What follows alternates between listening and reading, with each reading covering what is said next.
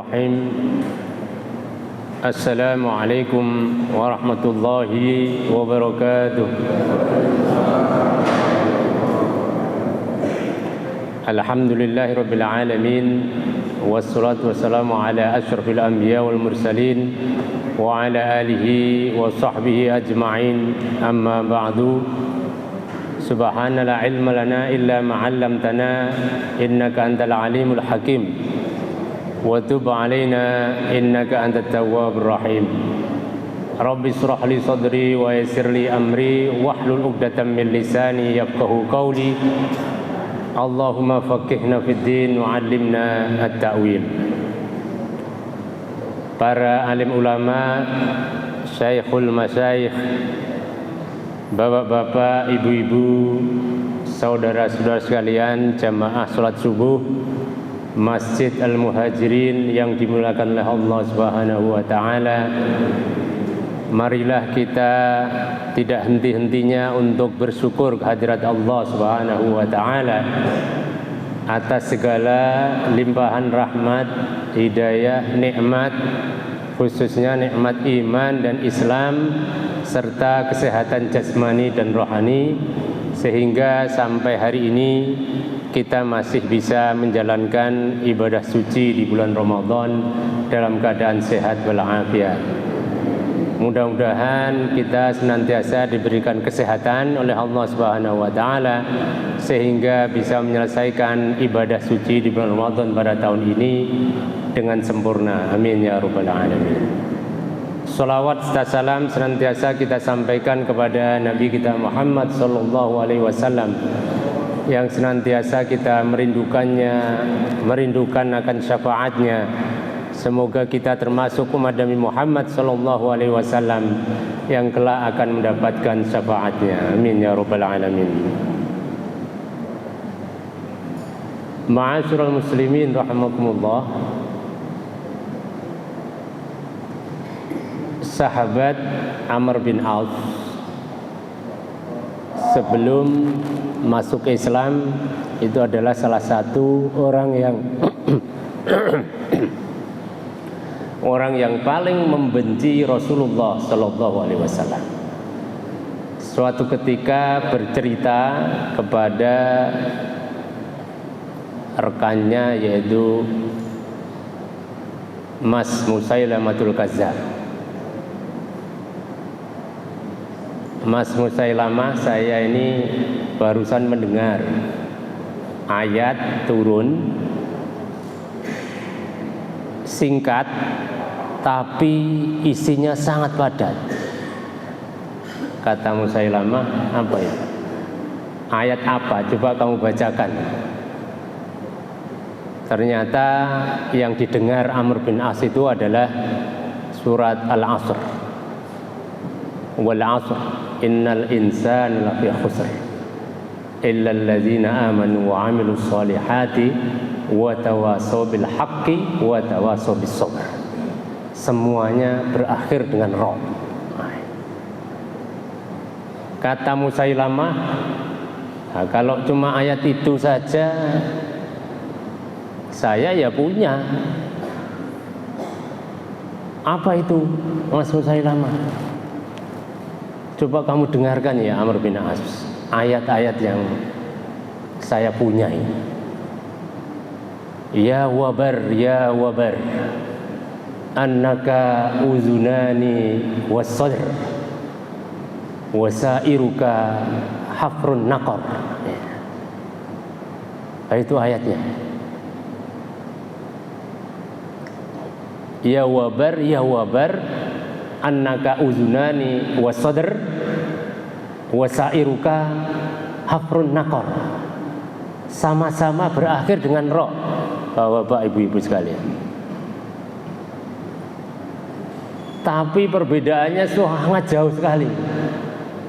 Kata Amr bin As, oh iya, setelah mendengar ayat yang dibaca sama Musailamatul Kazzab, apa kata Amr bin As? Saya tambah yakin kalau Anda ini adalah pembohong. Katanya begitu. Jauh sekali.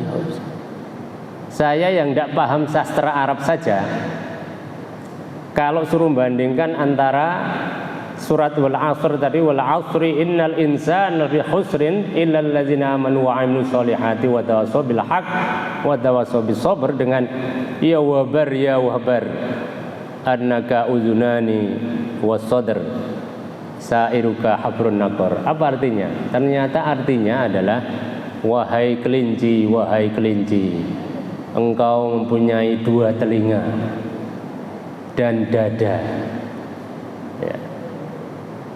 Sekelilingmu ada lubang dan got. Nah, jauh sekali dengan demi masa. Jadi Bapak Ibu, saudara-saudara sekalian, mereka ini lemah di hadapan Al-Quran. Padahal kita tahu orang Arab itu kurang apa pinternya. Penyair hebat. Tapi ketika berada di hadapan Al-Quran, mereka lemah. Tidak bisa menyerupai. Jadi pada tanggal 21 Februari yang lalu, ketika Rosmund Paludan itu adalah salah satu aktivis partai garis keras di Swedia, aslinya orang Denmark, itu membakar Al-Quran di depan kedutaan Turki. Terlepas persaingan politik antara Swedia dan Turki, tapi faktanya adalah dia membakar Al-Quran. Tanggal 21. Tanggal 23-nya itu di Belanda, ada salah seorang menyobek Al-Quran, itu disobek kemudian dibakar di panci. Tanggal 23-nya. Jadi 2 hari setelah pembakaran. Bahkan sempat ada video, ada 3 perempuan yang sedang pesta mabuk-mabukan sambil menginjak-injak Al-Quran. Jadi Al-Qurannya itu diinjak-injak sambil dia mabuk-mabukan dan berpesta.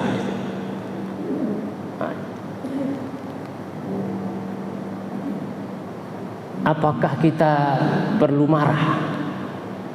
Apakah kita perlu emosional? Jadi Al-Quran dan Nabi Muhammad itu dihina dan dicaci maki, itu bukan hanya pada abad 20 ini saja. Sudah semenjak dari Nabi Muhammad itu kemudian diberi SK sebagai seorang nabi dan mendapatkan Al-Quran sebagai kitabnya, itu sudah mulai penghinaan, caci maki, itu sudah luar biasa. Ada yang mengatakan apa itu Al-Quran itu asatirul awwalin, katanya. Asatirul awwalin itu Al-Quran itu hanyalah kisah-kisah kuno, nabi-nabi dan kaumnya zaman kuno. Ada yang mengatakan bahwa Al-Quran itu adalah sihir, bisa terhipnotis. Nah, ini dalam kitab Tafsir Al-Azharnya Hamka dijelaskan, ternyata ini adalah Walid bin Mughirah. Walid bin Mughirah itu adalah penyair nomor 1 di Jazirah Arab. Itu diperintahkan sama Abu Jahal, coba kamu datangi itu Muhammad, kamu tantang itu, katanya dia punya Al-Quran. Kamu tantang. Kamu kan penyair nomor 1 di Jazirah Arab. Baik. Belum sampai ketemu face to face dengan Nabi Muhammad, baru mendengar Nabi Muhammad mengalunkan ayat-ayat Al-Quran, pulang dia. Pulang. Kemudian ditanya sama Abu Jahal, bagaimana? Kamu sudah berhasil menaklukkan itu Qurannya Muhammad itu? Abu Jahal, aku ini adalah penyair nomor 1 di Jazirah Arab. Sudah aku taklukkan semua penyair-penyair yang ada di Jazirah Arab ini, termasuk jin dan setan, itu syair-syairnya sudah aku taklukkan semuanya. Dan syairnya itu pasti ditempel di dinding Ka'bah. Itu sebuah penghormatan bagi mereka yang memiliki syair yang hebat. Tapi begitu saya mendengar ayat-ayat ini, saya baru mendengar ini kok berbeda. Saya tidak mampu. Ini. Terus Abu Jahal memaksa terus. Sudah kalau begitu kamu buat opini ya. Buat opini saja. Buat opini bahwa Al-Quran itu adalah bisa menghipnotis orang yang mendengarnya. Nah, itu. Sudah kamu buat. Awalnya Walid bin Mughirah tidak mau. Tapi terus akhirnya membuat statement bahwa hati-hati, jangan mendengarkan Al-Quran, karena yang mendengarkan Al-Quran pasti akan terhipnotis dengan ayat-ayatnya. Nabi Muhammad dicaci maki itu dari dulu. Tapi yang perlu kita pegang itu sikapnya Nabi Muhammad ketika dihina, dicaci maki. Itu ada orang Yahudi pengemis buta tiap pagi itu di pasar, itu kerjanya yang mencaci maki Nabi Muhammad. Jangan percaya sama Muhammad itu. Muhammad itu tukang sihir, dukun. Jangan usah percaya. Padahal Nabi Muhammad ada di sampingnya sambil menyuapi dia. Mana ada dicaci maki, ya, dihina, tapi disuapi tiap pagi sarapan. Hingga Nabi Muhammad itu meninggal dunia, Abu Bakar mencoba untuk menggantikannya. Tapi kemudian tangannya ditampik sama orang Yahudi buta, pengemis Yahudi buta tadi. Ini bukan orang yang biasa nyuapi saya. Abu Bakar menangis, Pak. Tahu nggak kamu, wahai pengemis, siapa yang menyuapi kamu tiap pagi? Siapa? Itu Muhammad yang kau hina, yang kau caci maki tiap hari itu. Yang langsung nangis tersungkur. Jadi Bapak Ibu, saudara-saudara sekalian, dengan Al-Quran dibakar, dicaci maki, ya, dihina, ya. Bahkan kalau di Denmark itu dibuatkan kartunnya, kartun tentang Nabi Muhammad. Ternyata sama sekali tidak mengurangi kemuliaan dan kewibawaan Al-Quran dan Nabi Muhammad SAW. Sama sekali tidak ada.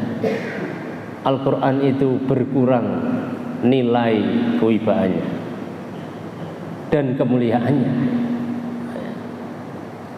Nyatanya sampai sekarang kita masih mendengarkan tiap Ramadan masjid-masjid semuanya mengalunkan tadarusan Al-Quran. Tidak ada yang berkurang kemuliaannya. Bahkan Michael Hart itu menuliskan dalam bukunya 100 orang yang paling berpengaruh. Itu adalah Nabi Muhammad SAW, menempatkan Nabi Muhammad pada posisi yang pertama. Orang yang selalu dihina dan dicaci maki. Maka kita ini diharamkan oleh Allah SWT menghina sesembahan orang lain, Pak. Bapak Ibu sekalian, jangan menghina sesembahan orang lain. Allah mengharamkan kita. Kenapa? Kata Prof. Quraish Shihab, kalau kita menghina sesembahan orang, itu sungguhnya dia dalam keadaan lemah. Mengapa Rosmun Paludan itu membakar Al-Quran? Ya. Karena dia lemah untuk berhadapan dengan Al-Quran secara argumentatif. Dia mau cari kelemahannya dari mana? Sulit, Pak. Suatu ketika ada dosen matematika dari Toronto University. Dia ini salah seorang misionaris yang ditugaskan untuk mencari kelemahan Al-Quran.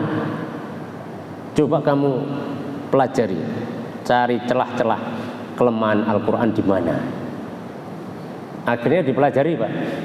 Dia dengan begitu sombongnya mengatakan seperti tadi yang saya katakan di awal, asatirul awalin, Al-Quran itu hanyalah buku yang kuno, kisah-kisah kuno, kata dosen matematika ini tadi. Akhirnya dipelajari Pak, satu persatu karena ingin mencari kelemahannya, buka satu persatu. Sampai akhirnya ketemu surat Al-Anbiya ayat 30. Awalam yaral ladzina kafaru annas samawati wal ard kanat ratqan fafataqhuma wa ja'alna minal ma'i kullasyai'in hayyin. Itu baru dia tertegun di situ. Loh, ternyata Al-Quran tidak hanya berbicara tentang kisah-kisah kuno. Ini ayat sudah 14 abad yang lalu. Ya. Kemudian di tahun 1927 ditemukan teori namanya teori Big Bang, Pak, Bapak Ibu sekalian.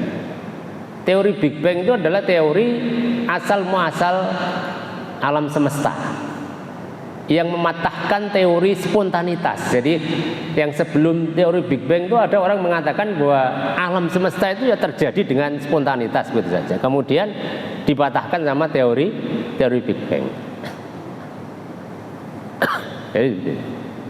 Nah, kaget dosen matematika. Waktu itu Nabi Muhammad yang menyampaikan di hadapan orang musyrik Quraisy tanpa ada teori, tanpa ada penelitian yang begitu mendalam. Tapi begitu 1927 ditemukan teori Big Bang bahwa alam semesta ini awalnya satu padu. Kanata rotqan fafataqhuma, kemudian kita pisahkan keduanya, ada langit dan seisinya, bumi dan seisinya. Dan kami jadikan air, dari air itu segala sesuatunya tumbuh dengan begitu suburnya, ada pertanian, ada buah-buahan, ada sayur-sayuran. Langsung masuk Islam. Dosen matematika ini tadi yang seharusnya mencari kelemahan justru mendapatkan hidayah dari Al-Quran. Sama dengan Profesor Dr. Alfred Kroner itu juga begitu. Ketika meneliti ayat 30 surat Al-Anbiya ini, apa kesimpulan beliau? Ini tidak mungkin, yang membuat Muhammad tidak mungkin. Karena untuk merumuskan sebuah teori ini memerlukan penelitian yang begitu dalam dan serius dengan rumus-rumus yang rumit. Ini pasti ada yang di atasnya Muhammad yang membuat kata-kata ini. Akhirnya masuk Islam, Ibu. Profesor Dr. Alfred Kroner itu adalah profesor geologi dari Jerman. Nah, Islam itu pembenaran, bukan caci maki. Kita tidak perlu mencaci maki sesembahan orang lain seperti orang-orang kafir Quraisy itu caci maki Nabi Muhammad, mencaci maki Al-Quran. Karena mereka itu kebingungan bagaimana cara mencari kelemahan Al-Quran itu. Maka wala tahinu wala tahzanu antumul a'launa in kuntum mu'minin. Tidak usah khawatir, tidak usah sedih, karena kita ini a'launa. Al-Islamu ya'lu wa la yu'la alaih. Tidak usah khawatir Pak, Bapak Ibu. Kita ini derajat kita oleh Allah lebih tinggi dari mereka. Kalau seandainya kita betul-betul orang yang beriman, in kuntum mu'minin. Nah, itulah Bapak Ibu sekalian, bahwa mengapa kita dilarang mencaci maki sesembahan orang lain, karena mencaci maki sesembahan orang itu sungguhnya lemah di hadapan itu. Mereka sudah capek mencari kelemahan Islam, mencari kelemahan Al-Quran, mencari kelemahan Nabi Muhammad, bisanya hanya mencaci maki, buat kartun, ya, membakar Al-Quran. Sudah begitu saja yang mereka. Coba ayo dihadapi dong secara jantan. Ayo kita argumentatif. Mana yang kalian tidak setuju dengan ayat Al-Quran? Nah, Bapak Ibu sekalian yang dimuliakan oleh Allah SWT, satu lagi Allah menegaskan kepada kita bahwa inna nahnu nazzalna dzikra wa inna lahu lahafizun. Ini berlapis-lapis, ini tidak sembarangan. Jadi Allah menjaga firman-firmannya, maka pakai nahnu nazzalna dzikra, dan melibatkan banyak orang, Bapak Ibu sekalian. Maka Nabi Muhammad itu kan buta huruf. Begitu dapat Al-Quran langsung dihafalkan. Al-hifzu fis sudur wa fis sutur. Jadi begitu sudah dihafalkan langsung menyuruh juru tulisnya, tolong ditulis itu. Ada di peluah kurma, ada di batu-batuan, ya, ada di kulit-kulit binatang. Setelah itu apa? Tadarusan setiap Ramadan sama malaikat Jibril. Ayo coba hafalanmu wahai Muhammad, ya Muhammad. Sampai betul-betul sempurna 30 juz. Jadi tidak main-main ini. Tidak hanya sekedar ditulis, tapi juga dihafalkan. Berbeda dengan kitab-kitab yang lainnya. Ini sudah dihafalkan dan ditulis. Jadi tidak ada perubahan, Bapak Ibu sekalian. Satu huruf pun tidak ada yang berubah, ya. Pernah ini setelah Perang Dunia I, ilmuwan-ilmuwan Jerman itu berkumpul, Pak. Ayo kita kumpulkan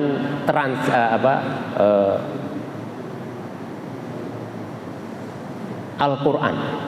Jadi Al-Quran seluruh dunia, keliling ini ada beberapa ilmuwan keliling seluruh dunia mengumpulkan manuskrip Al-Quran.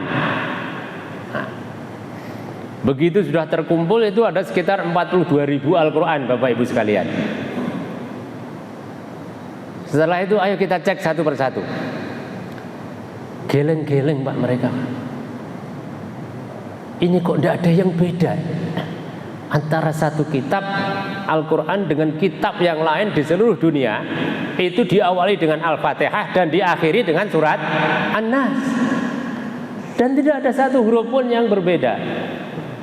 Apalagi sekarang sudah canggih sekali teknologinya. Begitu sudah ketahuan satu huruf yang kurang langsung viral, Pak, Bapak Ibu sekalian. Belum lagi pondok-pondok tahfidz, ya Allah, luar biasa ini. Pondok-pondok tahfidz yang ada di Indonesia ini sudah sangat luar biasa. Belum lagi di dunia. Mereka ini ikut menjaga. Inna nahnu nazzalna dzikra wa inna lahu lahafizun. Begitu juga dengan lajnah tashih mushaf. Jadi Bapak Ibu kalau beli Al-Quran, tolong dicek dulu belakangnya ada sertifikat enggak dari lajnah pentashih mushaf tadi. Harus dicek dulu sertifikat dari pentashih mushaf yang tertanda tangani dan distempel itu. Berarti Al-Qurannya itu sudah melalui pengecekan secara teliti. Karena saya tahun 2006 pernah mengikuti workshopnya. Itu luar biasa. Kalau ada perusahaan percetakan mau mencetak Al-Quran itu tidak main-main, Pak. Harus diserahkan dulu kepada lajnah pentashih mushaf untuk dicek satu persatu, tidak hanya satu halaman, tidak, huruf per huruf, Pak. Huruf per huruf dipastikan tidak ada satu huruf pun yang tertinggal. Silahkan Anda dicetak, keluarkan sertifikatnya, monggo dicetak. Kalau sampai ada yang salah harus dibetulkan dulu, baru dicetak. Jadi berlapis-lapis, Bapak sekalian. Inna nahnu nazzalna dzikra wa inna lahu lahafizun. Jadi tidak ada Al-Quran itu menjadi hina ketika dibakar. Nabi Muhammad menjadi terhina ketika dicaci maki, dibuat kartunnya. Tidak. Masih tetap mulia dan masih tetap berwibawa sampai sekarang. Maka mari kita muhasabah, Bapak Ibu sekalian. Mungkin saja ada di antara kita yang masih lengah, tidak sempat baca Al-Quran. Kemudian Allah mengingatkan dengan cara itu loh, Rosmun Paludan itu membakar Al-Quran. Mungkin bisa jadi kita ini sudah lama tidak membuka Al-Quran. lebih asik membuka HP kita, sibuk dengan HP kita.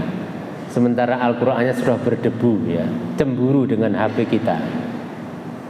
Bisa jadi seperti itu. Atau mungkin anak-anak kita ini masih belum bisa baca Al-Qur'an. Jangan sampai Bapak Ibu sekalian, tolong ini diupayakan.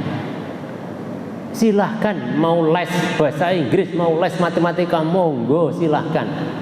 Tapi les bahasa Al-Quran, baca Al-Quran harus diikutkan. Jangan sampai kemudian nanti anak-anak kita ini sebagai investasi kita, doa saja tidak bisa. Betapa menyesalnya orang tua, baca doa untuk orang tua saja tidak bisa.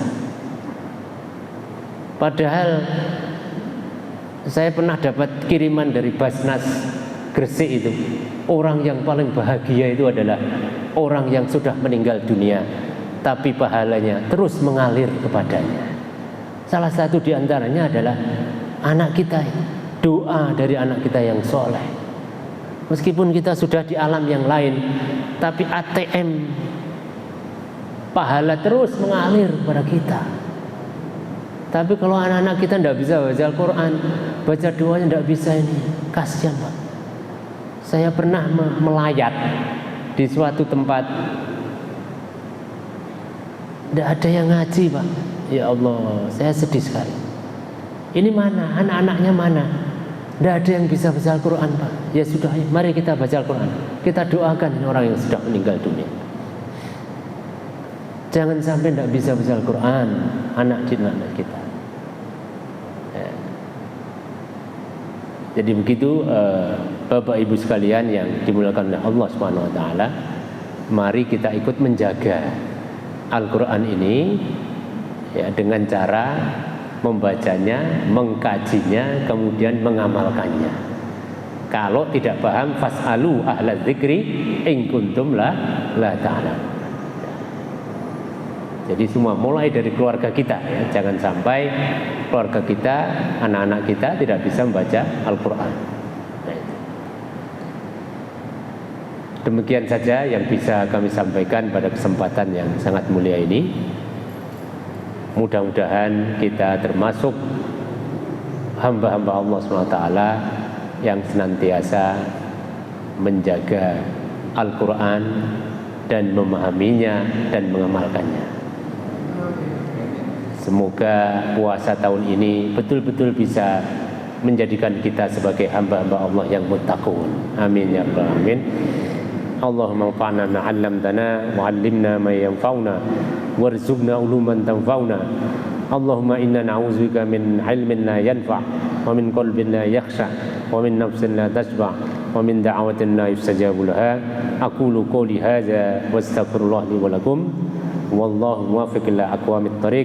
Assalamualaikum warahmatullahi wabarakatuh.